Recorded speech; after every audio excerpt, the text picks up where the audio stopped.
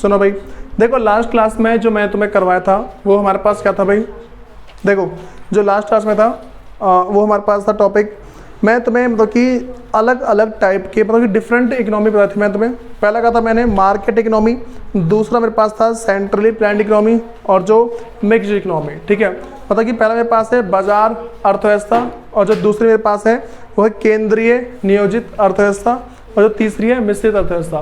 ये तीन टाइप के थे मेरे पास। मैंने तुम्हें बताया था कि ये तीनों के तीनों अपनी जो भी इकोनॉमिक प्रॉब्लम है उसको सॉल्व कैसे करते हैं। पहली बात याद है। अब सुनो भाई, एक तुम ना नई हेडिंग डालो PPC और जिसको मतलब कि इसकी फुल फॉर्म है प्रोडक्शन पॉसिबिलिटी कर्व है। ठीक, और हिंदी में है मतलब कि उत्पादन संभावना वक्र। उत्पादन संभावना वक्र है जिसको प्रोडक्शन पॉसिबिलिटीज कर्व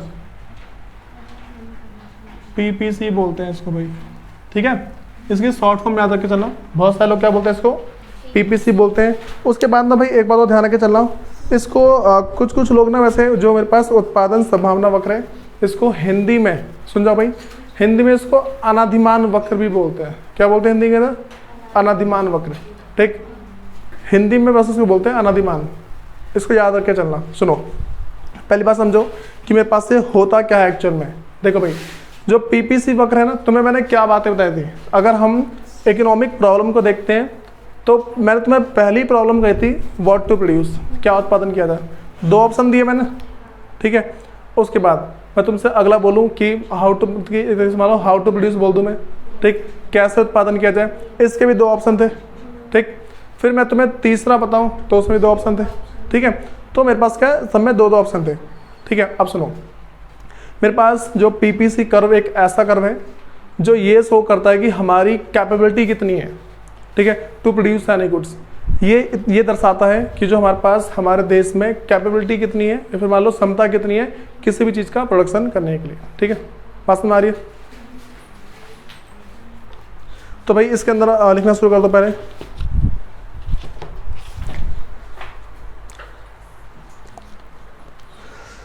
हाँ भाई लिखो इसमें production possibility curve is a curve.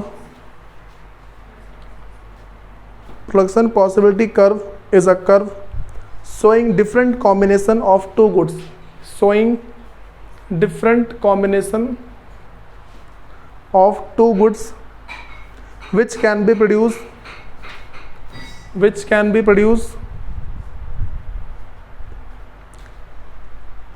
with the available resources, which can be produced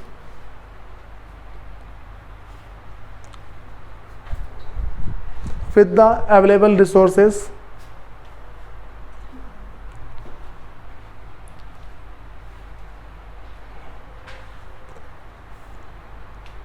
on the assumption that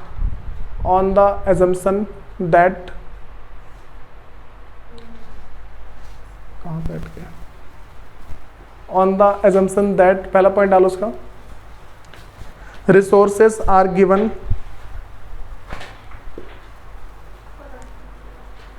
दूसरा point given resources are fully and efficiently utilized. दूसरा पॉइंट है तुम्हारे पास given resources are fully and efficiently utilized, fully and efficiently utilized. तीसरा point है technology remains constant. तीसरा point है technology remains constant. मैं इसके बारे में पूरी डिटेल में समझा दूंगा क्या होता है। ठीक है, हिंदी में लिखो भाई। उत्पादन संभावना वक्र वह वक्र है जो दो वस्तु के विभिन्न संयोगों को प्रकट करता है, जो दो वस्तु के विभिन्न संयोगों को प्रकट करता है।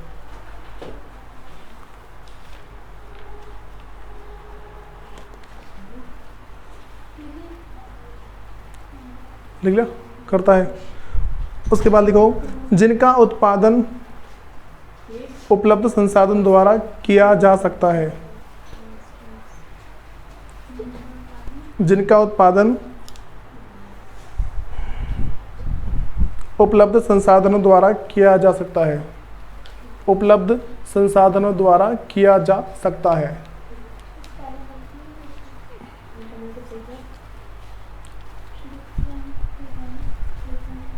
उसके नीचे लिखो मान्यताएं।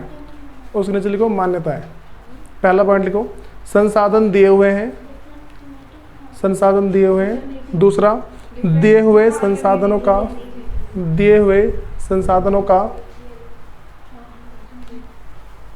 पूर्ण एवं कुशल प्रयोग किया जा सकता है।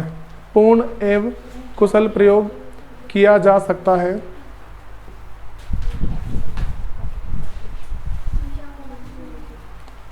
और तीसरा पॉइंट है तकनीक स्थिर है।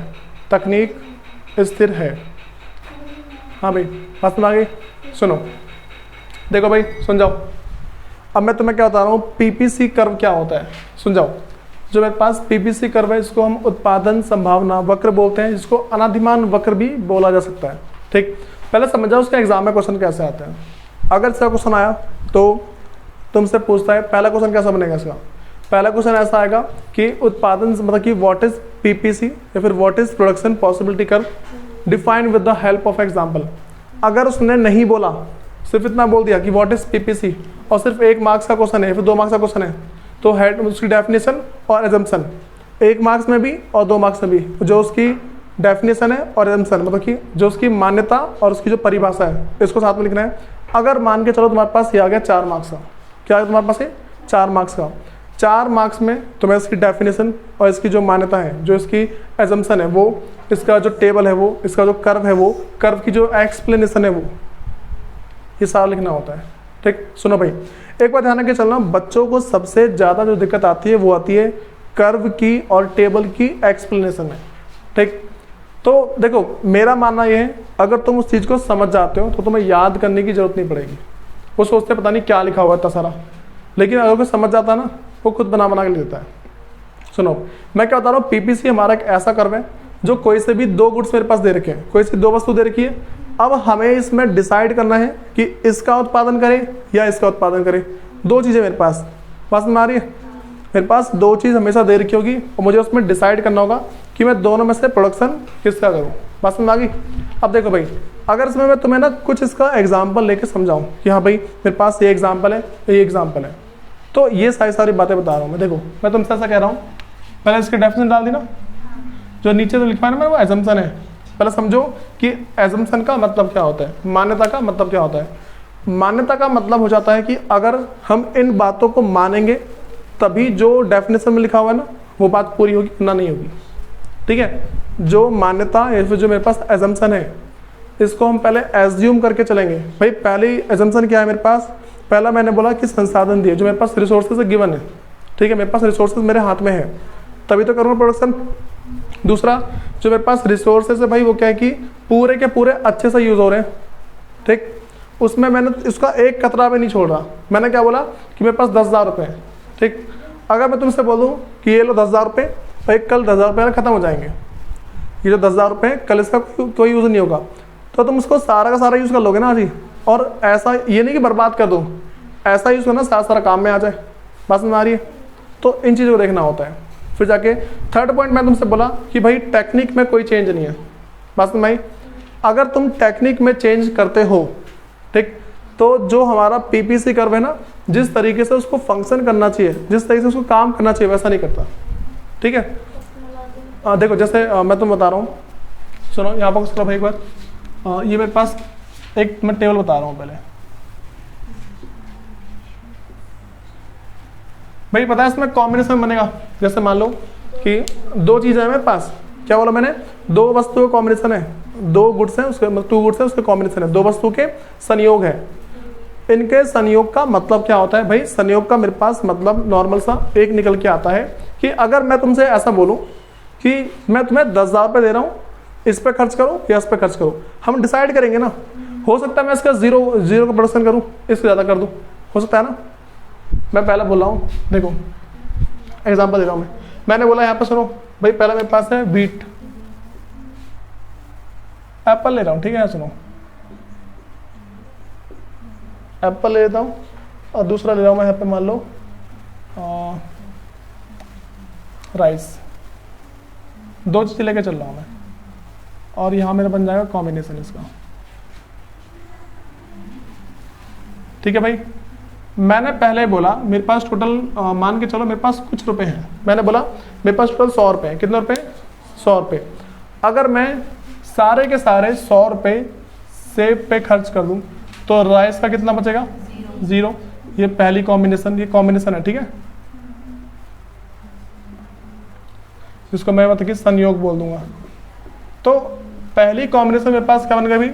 अगर मैं सारे पैसे एप्पल के प्रोडक्शन पे खर्च करता हूँ, ठीक है, तो राइस के लिए 0 बचेगा, ठीक है। अब एक छोटा सा कॉमन सेंस लगाओ।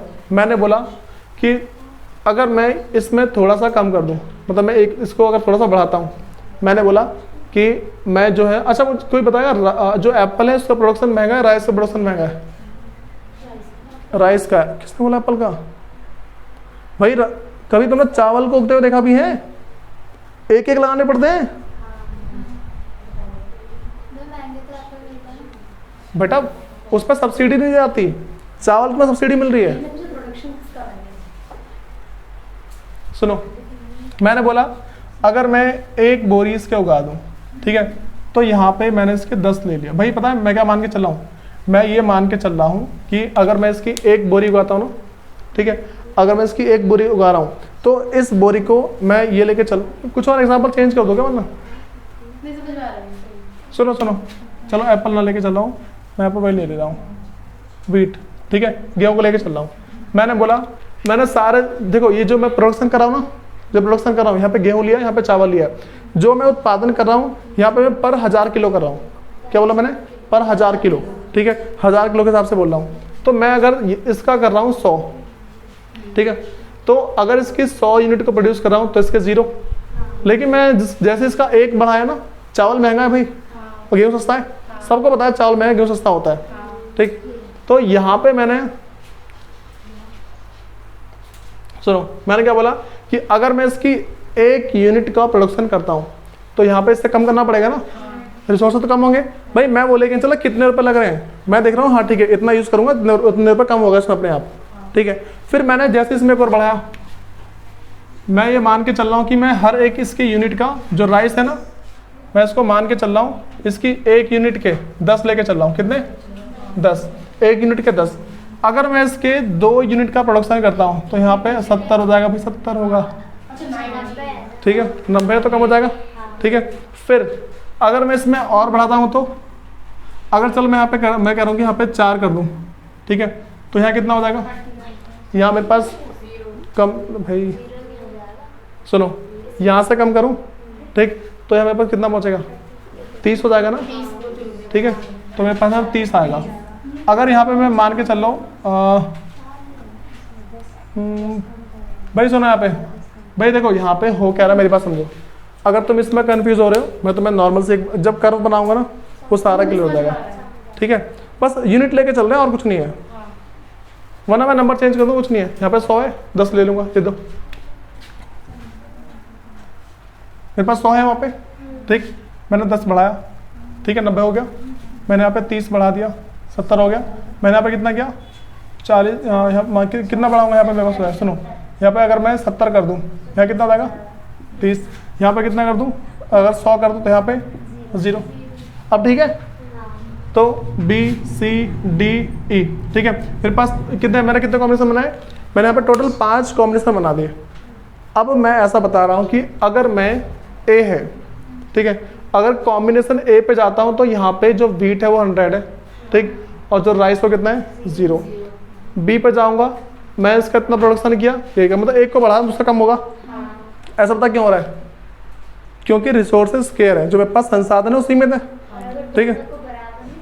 दोनों को बराबर कर सकते हैं, 50-50 कर देंगे, दोनों को 50-50 कर देंगे, ये भी हो जाएगा। वो तो हमारे ऊपर डिपेंड करता है, बात में आ रही है, वो हम पर डिपेंड करता है। या फिर अगर हम एक्चुअल में करते हैं, देश में देखते हैं, तो देश की कंडीशन पर डिपेंड करता है।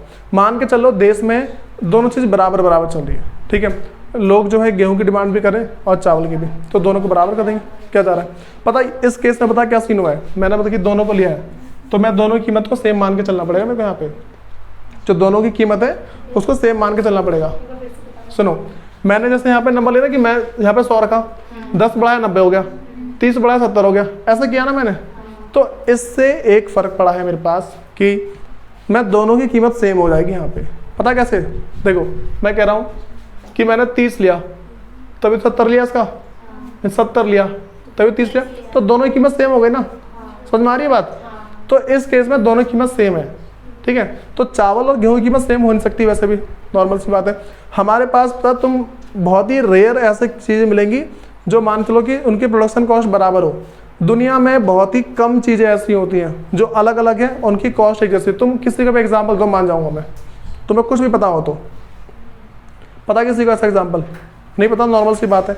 अब सुनो, पहले वाली बातें पता लग गई, ठीक है। अब सुनो, अगर मैं इसका कर्व बनाऊँ, अगर मैं इसका कर्व बनाता हूँ क्या समझ आएगा, देखो। अच्छा इसे एक्सप्लेन कर लोगे? सुनो, इसकी एक्सप्लेनेशन कैसे लिखनी होती है? इसमें भी हमको देखिए डिमांड और सप्लाई। नहीं, इसकी एक्सप्लेनेशन बता रहा हूँ। यहाँ पर तुम लिखोगे व्याख्या, इसकी हिंदी में क्या लिखोगे? हिंदी में लिखोगे व्याख्या, और इंग्लिश में तुम्हारे पास है एक्सप्लेनेशन, ठीक है। तो अब सुनो भाई, अगर मैं इसकी बातें कर दूं व्याख्या या फिर जो एक्सप्लेनेशन है इसकी बातें कर दूं, मेरे पास क्या बात निकल के आएगी वो समझो। मैं पहले बोलूँगा कि व्हेन वी आर, चलो पहले हिंदी बता रहा हूँ, ठीक है। जब हम चावल के 100 इकाई का उपयोग कर रहे थे तो यहाँ पे मेरे पास जो देखो, जब मैंने चावल की, हाँ गेहूँ का, जब मैंने गेहूँ की 100 इकाई का प्रोडक्शन किया, ठीक, तो चावल उस टाइम 0 था। लेकिन जैसे ही मैंने चावल की यूनिट को 0 से 10 किया, ठीक, तो जो मेरे पास है वीट अपने आप कम होकर 90 हो गया, ठीक। और जैसे ही अब ना सीधा ये नहीं कि सबको एक्सप्लेन करेंगे, ऐसा नहीं होता, हम सीधे लास्ट पे आएंगे। और इसी तरीके से जब मैंने, अब यहाँ पे आ जाऊँ, ठीक है, जब मैंने राइस का प्रोडक्शन 70 पे किया तो वीट का 30 हो गया। उसके बाद जब उसके लास्ट में क्या लिख देंगे, लेकिन जब सारे के सारे संसाधन, सारे के सारे रिसोर्सेज चावल के उत्पादन पे लगाया गया तो जो गेहूं का उत्पादन क्या 0 है। ये बात समझ में आ रही है? अब सुनो, इंग्लिश में कैसे लिखेंगे सर? नॉर्मल सी बात कि व्हेन द प्रोडक्शन, मतलब कि सुनो, व्हेन ऑल द रिसोर्सेज, ठीक है, are used in the production of wheat, then the production of rice is 0, but when we move, या फिर बोल रहे हैं व्हेन वी प्रोड्यूस 10 यूनिट, ठीक है, 10 यूनिट ऑफ वीट, देन भैया बता ना, इसमें थोड़ा लिख लेना इन 1000, यहाँ पे इन 1000 kg ऐसे लिख देना, इन 1000 kg, ठीक है। यहाँ पर भी इन 1000 kg थोड़ा लिख के चलना है इसे, ठीक है, कि हजार किलो की बात कर रहे हैं। अब सुनो, फिर मैंने बोला कि but when the production of rice increases to 10, then the production of wheat get decrease by 10, and या फिर बोल सकते हैं then the production of wheat is 90, ऐसा बोल देंगे। उसके आगे ना हम सीधा इस पे लास्ट वाले पहुंच जाएंगे, ठीक। लास्ट वाले में क्या बोलेंगे कि व्हेन द प्रोडक्शन, या फिर when all the resources are used in the production of rice, then the production of wheat is 0। इसकी एक्सप्लेनेशन हो जाएगी अपने हिसाब से, जगह जो रफ कॉपी है ना इसकी, अपने हिसाब से जगह छोड़ लेना, ठीक, फिर जाकर लिखना है इसको। अब सुनो, हाँ इसकी एक्सप्लेनेशन लिखनी होती है हमें, ठीक है, बात तो लगी। अब सुनो, अब मैं नेक्स्ट बना रहा हूँ कर्व, बस में आ रही है? सुनो भाई, देखो अब मैं तुम्हें क्या बता रहा हूँ कि मैं ना अब इसकी जो पहले एक्सप्लेनेशन होगा इसकी, अब जो मेरे पास नेक्स्ट है वो हमारे पास है इस कर्व, ठीक है। अब हम बनाएंगे, देखो हम इसको पता क्या बोलेंगे इस वाले टेबल को, प्रोडक्शन पॉसिबिलिटी शेड्यूल, ठीक है। मेरे पास प्रोडक्शन पॉसिबिलिटी शेड्यूल, इसके ऊपर हेडिंग डाल लेना। इसको हम हिंदी में बोल देंगे कि उत्पादन संभावना अनुसूची, ठीक है, या इसको तालिका भी बोल सकते हैं। अब सुनो भाई, अब मैं नेक्स्ट बना रहा हूँ, कर्व है मेरे पास, तो क्या बोलूँगा PPC, इसकी फुल फॉर्म डाल देना, प्रोडक्शन पॉसिबिलिटी कर्व, ये तो होगा ना। इसकी फुल फॉर्म डाल लेना, उत्पादन संभावना वक्र। भाई हिंदी में इसके और नाम भी आते हैं, ठीक है, मैंने बता दिया हिंदी में जो नाम आते हैं। अनादिमान वक्र बोलते हैं भाई इसको, और कुछ भी बोल सकते हैं। एक इसको बोलते हैं ट्रांसफॉर्मेशन कर्व, और जो मेरे पास अगला है प्रोडक्शन पॉसिबिलिटी ऑफ फॉन्टेनर, मतलब कि फॉन्टेनर बोलते हैं इसे, ठीक। अब सुनो, ये 3 बातें पता लग रही है, तीनों में से कुछ भी आ जाए तुम्हें समझ जाना भाई तुम्हारा अगला क्वेश्चन है, ये नहीं कि तुम वहाँ पे टेस्ट में एग्जाम में बैठे हुए हो फिर बोल रहे हो कि भैया आपने ज़्यादा पढ़ाया नहीं था, ये कैसे आ गया, फिर वो थप्पड़ ला के बोलूँगा देखो ये मैंने तुम्हें करवाया था। तो थोड़ा इन बातों को याद रख के चलना। अब सुनो, हम किसकी बात कर रहे हैं? कर्व की। भाई कर्व की सबसे इंपॉर्टेंट बात ये है। अब ना तुमसे कोई पूछ ले कि जो मेरे पास पीपीसी कर्व है वो ऊपर से नीचे की तरफ मतलब कि डाउन क्यों जाता है, ठीक, ये पता क्या होगा? मतलब मेरे पास जो पीपीसी है वो लेफ्ट टू राइट और डाउन की तरफ क्यों जाता है, ऐसे क्वेश्चन आते हैं। बस में आ रही है? पता इसका आंसर क्या होता है? इसका आंसर होता है बिकॉज रिसोर्सेस आर स्केयर, ठीक। अगर हम किसी एक चीज़ के उत्पादन को बढ़ाते हैं तो हमें दूसरे कम करना होगा, और अगर किसी दूसरे को बढ़ाते हैं पहले को कम करना होगा। इस तरीके से होता है। बातें तो लगी? पता लग रहा है जिसका ऊपर वाला है? सेम चीज़ है ये। तो मैं नॉर्मल सी बातें बोल रहा हूँ। अगर तुम्हारे पास क्वेश्चन आ जाए कि ये जो तुम्हारा कर्व है ऊपर से नीचे क्यों डाउन क्यों होता है, तो तुम्हें ये रीज़न लेके चलना है, ठीक है। बात समझ में आ गई? अब सुनो भाई, मैं इसमें कुछ नंबर लेके चल दे रहा हूँ तो उस नंबर को देख लेना। और कितने नंबर है? कितने? 1 2 3 4 5। पहला ये ना, इस साइड यहाँ सुनो, मेरे पास यहाँ पे राइस 0 है ना, ठीक। तो यहाँ पे मैं जो लेके देखो, मैं यहाँ पे लेके चल रहा हूँ वीट। एक जगह से वीट लिया और सुन जाओ यहाँ पे राइस, गेहूँ और चावल। अब मुझे ये बताओ कि राइस यहाँ पे है, ठीक। तो अगर यहाँ राइस है, राइस के यहाँ पे वीट कितना होगा? 0 होगा। चावल के यहाँ पे गेहूँ तो 0 होगा ना, ठीक है। तो मेरे पास हो गया ए, ठीक। कितने? B C D E. बना दो इसका। राइस के उस पे वीट का उत्पादन 0 होता है यहाँ पे। हाँ हाँ। यहाँ पे एक ही आएगा तो ये आना चाहिए। अच्छा उल्टा ले डाला मैंने। एक मिनट पहले चेक कर देखो। मेरे पास, मैं यहाँ पे राइस लेके चल रहा हूँ, पहले मानो। अब इसको लिखने आओ। राइस लिया मैंने यहाँ पे। राइस का अगर 0 है, ठीक है, तो वीट मेरे पास 100, ठीक है। तो यहाँ पे ये आएगा। बस में आ रही है? पता लग रहा है कैसे? देखो मैंने क्या बोला, कर्व बनाना था वो 9th क्लास का कर्व वगैरह। कर्व में क्या होता है, जैसे मान लो मेरे पास ऐसा कर्व बना होता है, ये एक्स एक्सिस है, अगर एक्स पे तो वाई 0 है, ऐसी तो है ना, एक्स पे तो वाई 0। तो अगर चावल पे है, ठीक, तो यहाँ पे वीट 0 होगा ना। तो ए पॉइंट मेरा ये रहा, पॉइंट ए ये रहा। पॉइंट ए पे क्या है, जो मेरे पास राइस है वो 0 है, ठीक है। वीट कितना है? 100 है, पहला पॉइंट। ये दूसरा पॉइंट, तीसरा पॉइंट, चौथा, ये 5वां। ये बन गया तुम्हारा पहला। भाई एक बात ध्यान रख चलना, ये बनाने का तरीका इसको अपनाना, वरना तुम मानोगे नहीं, पगला से जाओगे थोड़ा। पता बच्चे कैसे बनाते हैं? देखो बच्चे बनाएंगे ऐसे, वो पहले ऐसे करते हैं, फिर थोड़ा और ऐसे बढ़ाते हैं, फिर थोड़ा ऐसे बढ़ाते हैं, ठीक है। अब इसको मिलाएंगे, ये कुछ और ही बन जाता है उनका, ठीक है। तो थोड़ा इन बातों को फॉलो करना, क्योंकि जो तुम्हारे टीचर्स होते हैं उन्हें चाहिए होता परफेक्ट, ठीक। एक्चुअल में नहीं होता ऐसा, पीपीसी एक्चुअल लाइफ में नहीं होता ऐसा। अगर तुम ना, जैसे मान लो इंडियाज पीपीसी कब ढूंढते हो ना, ऑनलाइन डाटा पूरा, वैसे मिलता नहीं है। फिर मिल जाए तो उसमें देखना बहुत ही आड़े टेढ़े होते हैं वो, तो बता रखा है। तुम्हारे टीचर एकदम स्मूथ चाहिए होता है, तो ये थमा देना मैम को एकदम, ये लो बन गया तुम्हारा। तो भाई ए पॉइंट पे क्या है मेरा, जो पॉइंट ए है, यहाँ पे जो एक मिनट, यहाँ पे वीट का है ना, वीट 100, पहले यहाँ पे कितना है मेरा? 0, फिर 30, 70, 90, 100, ठीक है। कौन सा?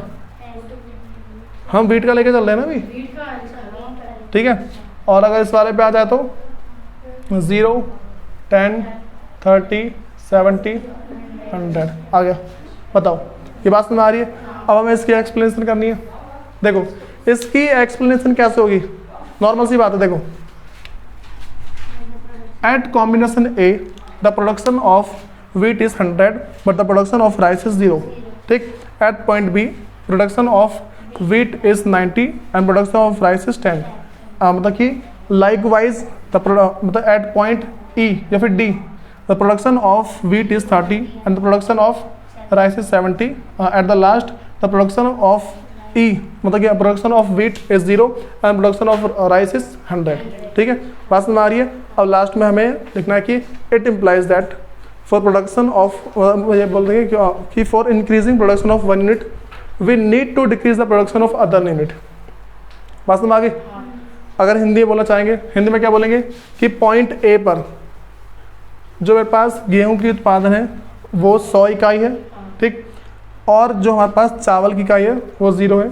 लेकिन पॉइंट बी पर हमारे पास क्या हो रहा है यहाँ पे, देखो पॉइंट बी पर जो गेहूं का जो उत्पादन है वो 100 से घटकर 90 हो रहा है, वैसे 90 है, ठीक। तो देखो अच्छा वैसे तुम लिख सकते हो उसका इफेक्ट कि जब यहाँ 100 से घट के 90 हुआ तो ये बढ़कर 10 हो गया, ऐसा लिख सकते हैं। बात में आ रही है, इन बातों को याद रख के चला। अच्छा मैंने क्या बोला, मेरे पास टोटल कितने रुपए हैं, 100 रुपये ना।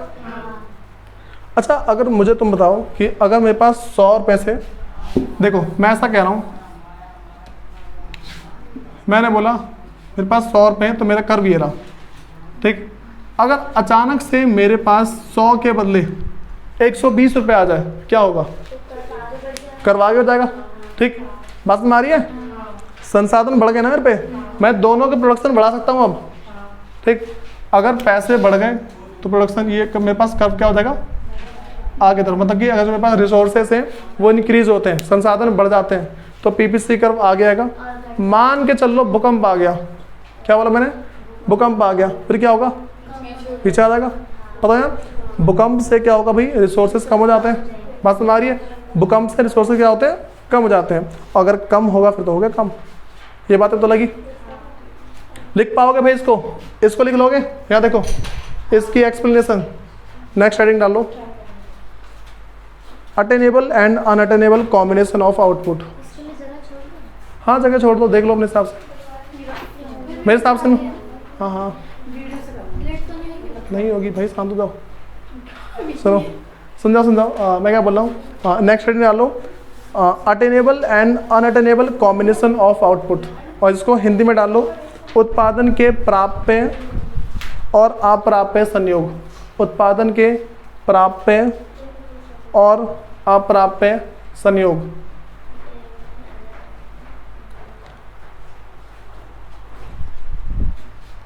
भाई इसकी डेफिनेशन तुम खुद लिखोगे, ठीक है। अब तुम कैसे मतलब कि कैसे बना के लिखते हो वो तुम पे है। सबसे पहला तुम लिखोगे अटेनेबल, पहले हेडिंग डाल लो अटेनेबल कॉम्बिनेशन। अटेनेबल कॉम्बिनेशन मतलब कि प्राप्य संयोग, पहले क्या डालना है, अटेनेबल प्राप्य संयोग, पहले हेडिंग डाल ली। इसके अंदर तुम क्या लिखोगे, all those combination which can be attain, ठीक है, with the given resources are called attainable combination. वो सभी संयोग, समझाओ अच्छे से, वो सभी संयोग जो दिए हुए या फिर मतलब कि दिए हुए क्या बोलते हैं रिसोर्सेज को, संसाधन, हाँ दिए हुए संसाधन की सहायता से पाया जा सकता है या फिर उत्पादित किया जा सकता है, तो हम उसे क्या बोलते हैं, अटेनेबल, ठीक है, मतलब कि प्राप्य बोल देंगे। बातें तो लगी, लिख पाओगे ना से। फिर उसके नीचे बनाना कर्व, ये लो भाई ये कर दिया, अंदर जितने होंगे ना और जो पॉइंट पे भी है यहाँ कहीं भी है, ये सारे के सारे मेरे क्या है मतलब कि अटेनेबल है। कितने मेरे पास क्या है सारे, ये सारे अटेनेबल है, अंदर हो या फिर बाहर हो। बातें तो लगी। मैं देखो ये कर्व है, कर्व को मान के चलो औकात है हमारी इतनी सिर्फ कर्व तक, ठीक। मैंने 10,000 का एग्जाम्पल देता, मैंने 10,000 रुपये का एग्जाम्पल देता, तो औकात तक से अंदर रहेंगे ना, या औकात तक लास्ट जाएंगे, तो या तो मैं इस कर्व तक उत्पादन करूंगा, ये कर्व के अंदर यही तो है, ठीक है। नहीं अरे मैंने एरो बनाया है, यहाँ पे हम लिखेंगे, ठीक है। यहाँ पे लिख लेना मतलब कि अटेनेबल मतलब कि प्राप्य लिख लेना यहाँ पे, ये हो गया पहला। अब सुनो दूसरा क्या लिखोगे, दूसरा लिखना, दूसरा उसके नीचे पॉइंट है अनअटेनेबल कॉम्बिनेशन। भाई समझ जाओगे आराम से, ठीक है, अनअटेनेबल कॉम्बिनेशन। अब जिसको बोलेंगे अप्राप्य संयोग, तो हम इसे कैसे लिखेंगे कि मेरे पास unattainable combination are those combination which can not be obtain with the given resources, ठीक। अप्राप्य संयोग क्या होते हैं, अप्राप्य संयोग वो सभी संयोग हैं जिनको हम दिए हुए संसाधन से प्राप्त नहीं कर सकते, ठीक है। भाई वाली बात तो रख दिए। दोबारा देखो कर्व बनाओगे, कर्व बनाने के बाद देखो कर्व ऐसा बनेगा उसका, ये रहा कर्व, इसके बाहर होगा, समझ रहे हो, काट से बाहर है, ठीक है। तो भाई इसमें लिख लेना अनअटेनेबल, ठीक है। तो देखिए आप पर आप पे है, बोलो ये वाली बात पता लग गई भाई। इन देखो अगर ना इतना थोड़ा लाइटली लेके जाओगे ना इकोनॉमिक्स को, पूरी क्यों हो जाएगी। पता है बच्चे इसी में सर फोड़ रहे होते हैं बैठ के, क्या क्या पढ़ा दिया, ठीक। देखो पूरा जो पूरी इकोनॉमिक्स है ऐसे मजे में निकल जाती है, बस तुम्हें ना थोड़ा सा याद करना होता है, ठीक। 12 प्रैक्टिस तुम्हारे पास देखो क्लास पढ़ी जाती है। मैं जितना मानता हूँ कि जो बच्चे ऑनलाइन भी क्लास लेते हैं उनके पास भी वाली फैसिलिटी नहीं होती, क्योंकि मैं अपनी जो क्लास है ना मैंने ऑनलाइन ली है, वो सिर्फ 1 प्ले देते हैं, सिर्फ एक बार प्ले, देखो तुमने वीडियो चला ली फिर ख़त्म हो, ये सीन है, ठीक। तो थोड़ा इन सब का और वीडियो का फ़ायदा उठाओ, बात तो लग रही है। तो नेक्स्ट क्लास में मैं तुम्हारे जो भी ना और इसके साथ सारा चेक करूँगा, ये करना शुरू करो इसे।